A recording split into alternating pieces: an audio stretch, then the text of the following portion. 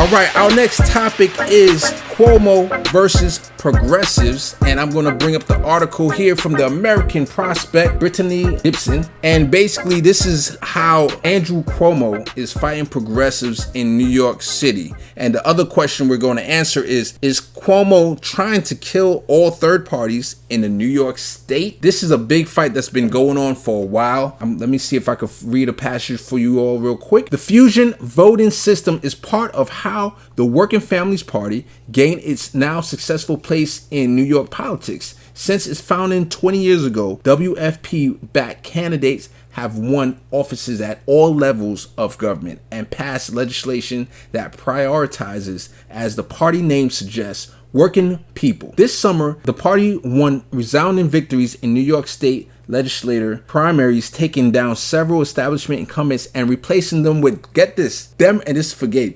with Democratic socialists. So basically,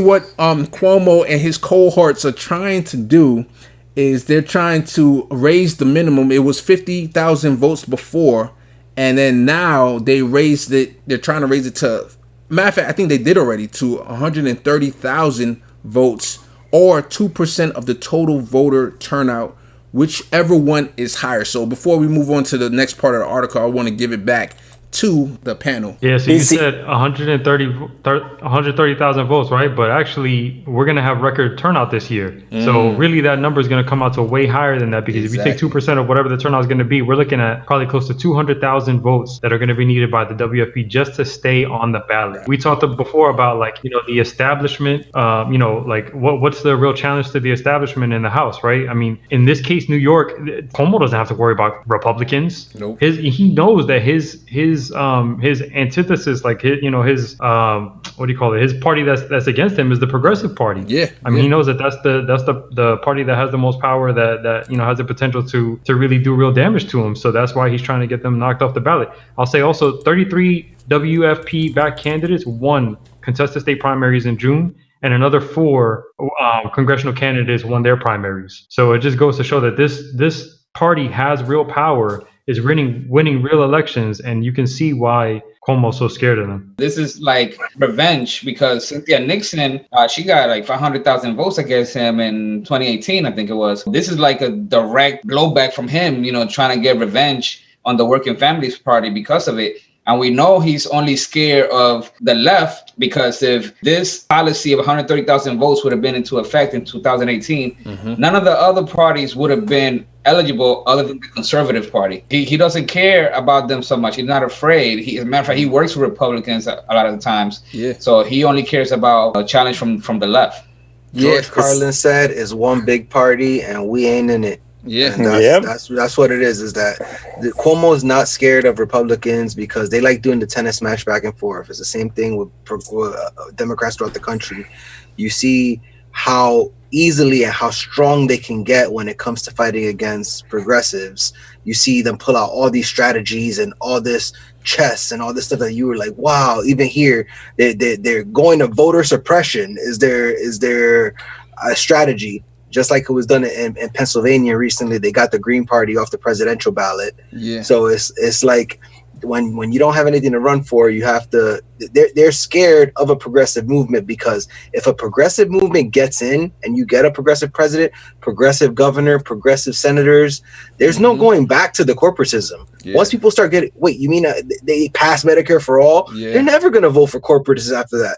You're going to get just taxpayer funding, all these things, and then the economy is going to shoot up because we're investing in ourselves versus just all our money to the crazy corporations. So when it comes to Cuomo, it's sad to see how viciously they fight against progressives and anyone on left of their center, because and one of the things that goes unsaid regarding this possible blue wave is, besides the Senate and the House, the Democrats win a lot of state seats too. They could possibly have a lot of states where they could control the state House, Senate, and governor mansion. So it could be a blue wave that way as well, and that's gonna be even better for progressives. And the thing is, you remember, is how funny is like, what was it like back in March and February? Everybody's like, Cuomo for president, 2024, Cuomo, and people were even talking about possibly having Cuomo replace Biden and all this stuff like this. Every like day, it's just like you get more and more of like Cuomo true color, like, you know, people that know about this guy. But the establishment may fall behind him in 2024, you know, but I don't know, man. I don't think, you know, we're going to be here, like Gabe said earlier, right? 2024, the lesser of two evils. Yeah. They're going to be like, it's going to be Cuomo or is it going to be Trump again? And then Gabe is going to be like, bro, that's the Republicans' best move is just run Trump again. Oh my god. Oh my god. They will. All right, so Trump again. I want to show you guys this other part of the article, and I just want to button down this point. So Cuomo did try in March 2019. Cuomo and other Democratic elites pushed to ban fusion voting, but came up short. Right, so he tried to do it himself, but the new viability thresholds were determined by the Public Campaign Financing Commission. So these people right here, they're the ones that pushed it through, which is also authorized to vote on statewide election issues last November. Now, this is something that I thought was very curious. Where is it? Right here. U.S. Senate Minority Leader Chuck Schumer tweeted that the commission should have been focused on money in politics, not fusion voting. Jermaine Williams called it Trumpian behavior. Now, all of a sudden, we're seeing Chuck Schumer doing some progressives, making some progressive head fakes, like as if another progressive might challenge him in 2022. What you guys think about that?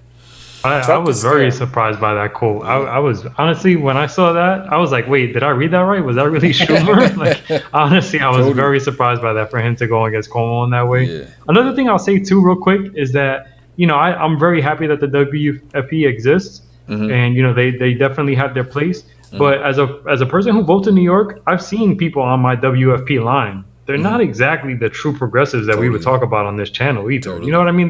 They're really just Democrats for the most part who are establishment that maybe lean a little bit left, you know, probably even to the right of AOC. And we all know that AOC, as good as she is, you know, she's not fully to the left the way we wish she was. So, you know, for these people to be fighting this hard against people that are on this WFP line that aren't even really all that progressive, it just goes to show how weak they are and how scared they are. Yeah. And one thing we know that we know they're not that progressive is after they endorsed Bernie in 2015 and he got a 85% of the membership vote, this time around in 2019 the leadership endorsed Elizabeth Warren, out of all people. They endorsed Elizabeth Warren because the leadership, that's who they wanted, pretty much. The way that they have it set up is that they have the leadership vote and then they have the member vote. It's like a few dozen versus like 20, 30,000. I don't know how many, but they hold the same amount of weight. And by the end, Warren got like 60% or something like that. So that meant that it had to be like all the leadership and a little bit of the membership. And this time around, as opposed to 2015, they wouldn't release the totals. They wouldn't release how many, like what percentage of the membership voted for Bernie versus Warren and what percentage of the leadership did. So all that means is that they all went for Warren, and then the membership was like, nah, we want Bernie. We wanted Bernie in 2015. We want him even more now. What sense does this make? But the leadership, some kind of deal or whatever, and you know, and that's what they endorsed. Eventually, when Warren jumped out, that's when they went and endorsed Bernie, but that was too late.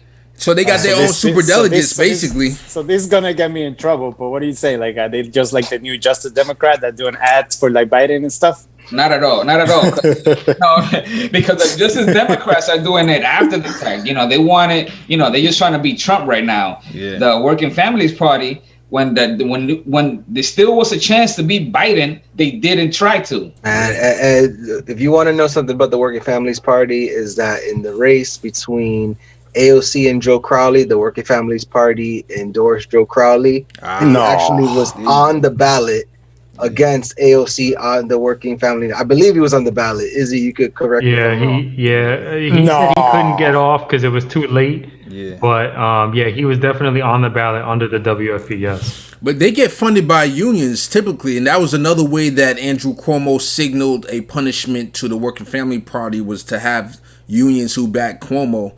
They pulled a lot of their money out of there. So they're really reliant on money, which explains why they do certain head fakes towards people like the establishment. One thing we know about Cuomo is that he knows how to raise money, and then he knows how to give contracts with the people that help him out and give him money. I just want to throw this last quote real quick, John. I'm going to come to you after this. I like this strong statement from Jamal Bowman. He said, Governor Cuomo is funded by the corporate elites. That's who supports his campaigns. That who funds his campaigns, who will be on both the Democratic Party line and the WFP line. And the governor also surrounds himself with former Republican operatives that view budgets through an austerity lens and not through a values lens, in terms of being a true democratic state and truly being for working class people. Go ahead, John. Yeah, no, I was just going to say, like, if you want to look at, like, what a corrupt college politician looks like, just look at Cuomo. Yeah. A Machiavellian. He's very tricky. He's a smart guy that you don't want to be your enemy. But unfortunately, I proudly call him my enemy. And I want him to definitely go down. Every time he makes a move, I'm going to expose him, even though we don't have 1 million subscribers yet. But I want this guy to be in a bad shape if he does run in 2024. We're going to make it happen. All right. Any other last comments? Number one. Yeah, I don't understand how people could get excited. Like, if people just read about him and, like, just learn a little, like, how could... That's why I was shocked when people were like, he brought New York cases rate down. Like, dude, you created that. You created your own problem, so you try to fix your own problem. Everybody's like, he's everybody's hero. He's going on his brother's show every day to talk about how great of a job he's doing. And to BS. The people who are listening who are from New York, you know, again, the WFP is not the be-all, end-all solution for us progressives, but please vote on their line this year. So even if you're voting for Biden, even if you're voting for the establishment, vote on the WFP line so we can keep them on the ballot. In the comments below, let us know, what do you think of Andrew Cuomo, right? Is he enemy number one for 2024? Or is Gavin Newsom, he's on my list too, because he vetoed ranked choice voting. So you let me know, that guy. Or unless you have a third person, let us know in the comments below who's your enemy number one for who might run in 2024. Like and subscribe.